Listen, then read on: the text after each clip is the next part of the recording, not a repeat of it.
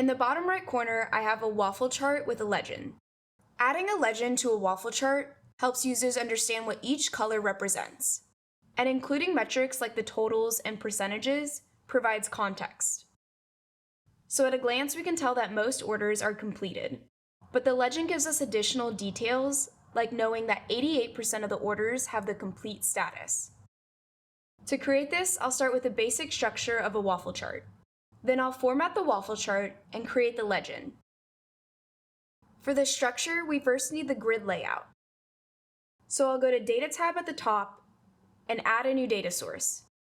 And I'll choose to add an Excel file that I have linked in the description. You can see this provides a 10 by 10 grid layout using columns and rows fields. This will ensure that there's 100 squares that can be evenly divided to represent the distribution of the category. On the Waffle worksheet, I'll start out by adding the columns field to the columns. Then I'll right-click to make this a dimension, and I'll right-click again to make it discrete. I'll also add the rows field to the rows, and I'll right-click again to make it a dimension, and right-click again to make it discrete. So you can see how this gives us a structured grid of a 10 by 10 layout. And we're going to fill these ABCs in with the squares of the waffle chart. I'll click on the data source containing the field I want to use to control the color distribution of the squares in the waffle chart. In this case, I'm using the status field, which has 3 values: complete, pending, and canceled. I'll right-click on the status field to create a calculative field to represent the proportion for the first value, which is complete. So I'll start off by getting the orders that have the complete status. I'll say if the status equals complete, then the order ID. And I want to know the total number of orders that have the complete status, so I'm going to wrap this in the countDistinct function. Then I want to divide it by the total number of orders, which is the countDistinct of the order ID. So this gives me the proportion of orders with the status complete relative to the total number of orders. Since the other fields will have such a similar structure, I'm going to right-click on the status complete field to duplicate it. I'll edit this field, and this time I'll do it for pending. Then I'll repeat that process by duplicating the status pending field, and this time I'll edit it for the canceled orders.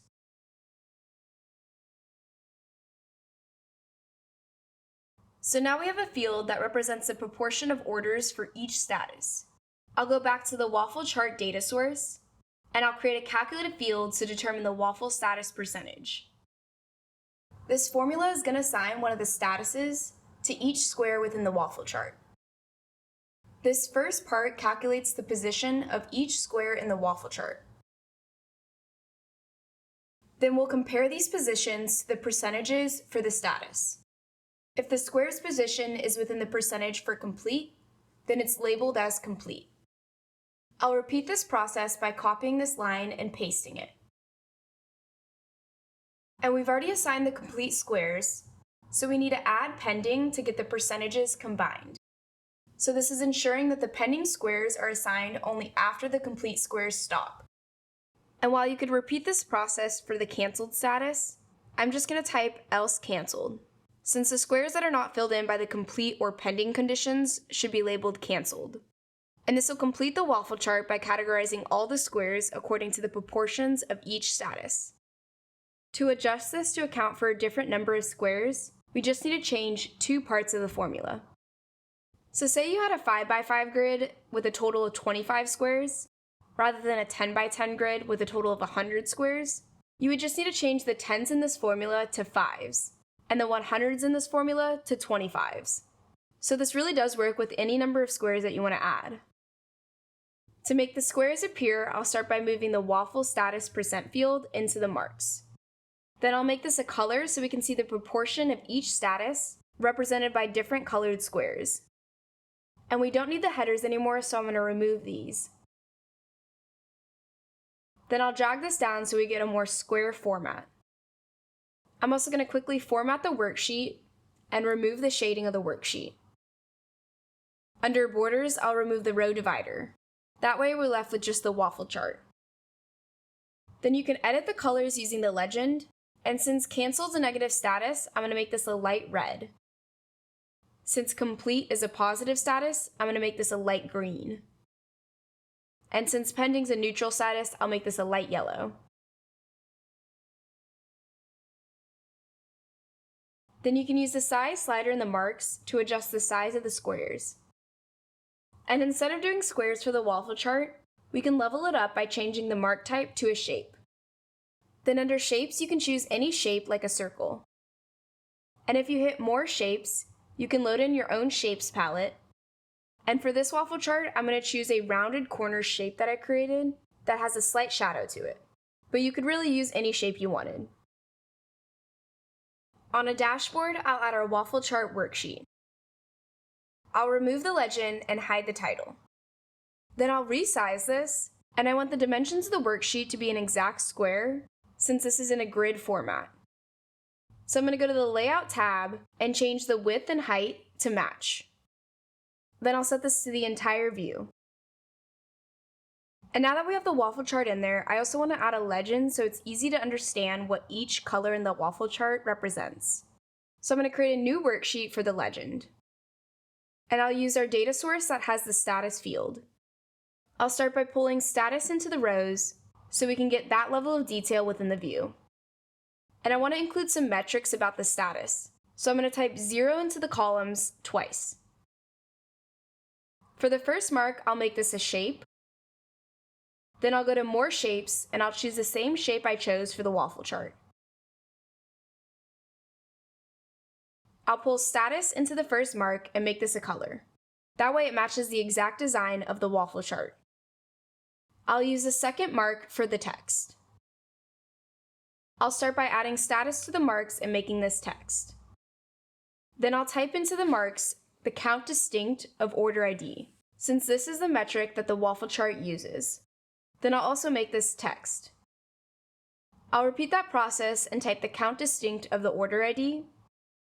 And this time I'll right-click, go to Quick Table Calculation, and choose the % of total. Then I'll make this text. So you can see we have the status values, the number of orders, and the proportion of orders for each status. And for the proportion of orders, I'm going to right-click, go to Format, and change the number formatting to a percentage, with no decimals. To get the text inside the shapes, I'm going to right-click on one of our sum of zeros, and make this a dual axis. And we don't need the status header because we're already including that within our legend, so I'm going to remove that header. I'll also remove our two other headers. To get the text inside of our shapes to be different colors, I'm going to add status to the second mark, and I'll make this a color. To get it to be a different color than our status shapes, I'm going to add measure names to the second marks and make this a color. That way we get two separate legends, one for coloring the status shape and one for coloring the status text. And I'll choose slightly darker shades than our shape. That way the text stands out against the shapes. To format the text itself, I'll use text within the second mark, and I'm going to start by rearranging this so that it's status first, then the number of orders, then the percentage of orders. I'll center this and make this Tableau regular. Then I'll make the first line bold so the actual status value stands out. And these are in alphabetical order right now, so I'm going to right-click on our status field and sort it. I'll choose to sort this manually and put complete first, then pending, then canceled. Then I'll format the worksheet really quickly to remove the shading of the worksheet. And for the borders, remove the row and column dividers. For lines, I'll remove the 0 lines for the sheet and the grid lines for the columns. Then on the dashboard, I'll go to the Dashboard tab and add our worksheet. I'll remove the legends and hide the title of the worksheet. Then I'll resize our legend worksheet so that it's within our container to the right of the waffle chart. And I want to set this to the entire view. You can see the shapes got a little bit small when I did that, so I'm going to go back to the Waffle Legend worksheet, and using the size slider, I'll increase the size of the shape. Adding a legend enhances a waffle chart by clearly showing what each color represents. And adding the metrics to the legend gives users additional information about what's being represented in the waffle chart. Together, they make the data easy to interpret. and it creates a more effective visual.